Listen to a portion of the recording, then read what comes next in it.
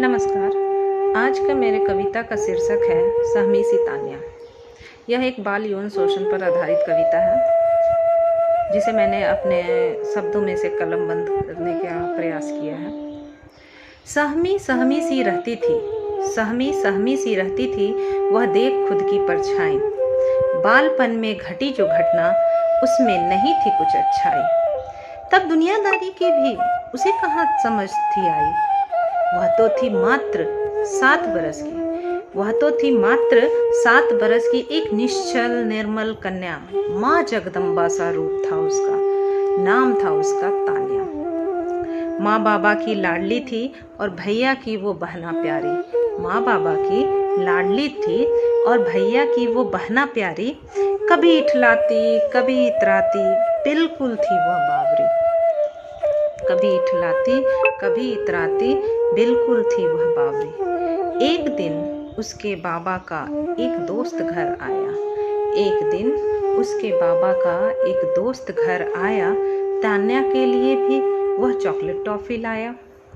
देख कर टॉफी तान्या का जी ललचाया। टॉफी लेते वक्त वो थोड़ा सा घबरा गई, पर अपना बाबा जैसा समझकर वह दोस्त अंकल के गोद में आ गई।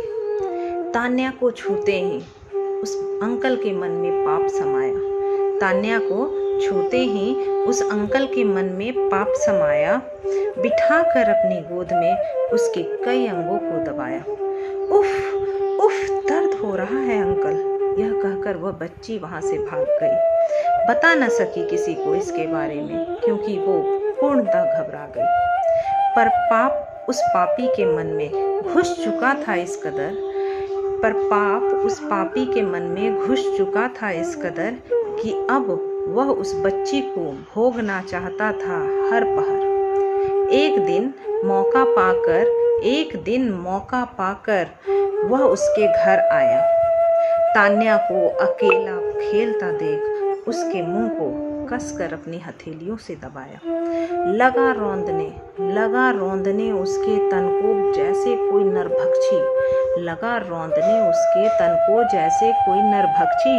वह फड़फड़ाती रही खुद को बचाने, मानो हो एक कैद पक्षी। तभी तान्या के हाथ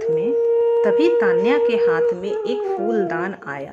दिया मार उसके सर पर और खुद को उसके चंगुल से छुड़ाया। लहूलुहान हो चुका था सर उस पापी नरपिशाच का, पर बहुत से सवाल खड़े कर चुका था वह इस समाज का। क्या नारी का हर रूप सिर्फ भोग मात्र है? क्या नारी का हर रूप सिर्फ भोग मात्र है? उम्र की कोई सीमा नहीं, वह तो केवल पुरुषों के तन की अगन मिटाने के पात्र है। आज तान्या का रोम रोम सिहर रहा, देखकर अपनी ही परछाई को उसका आत्मा डर रहा। इतनी छोटी सी उम्र में ये क्या घटना उसके साथ घट गई? क्या इंसानियत इस दुनिया से मर गई?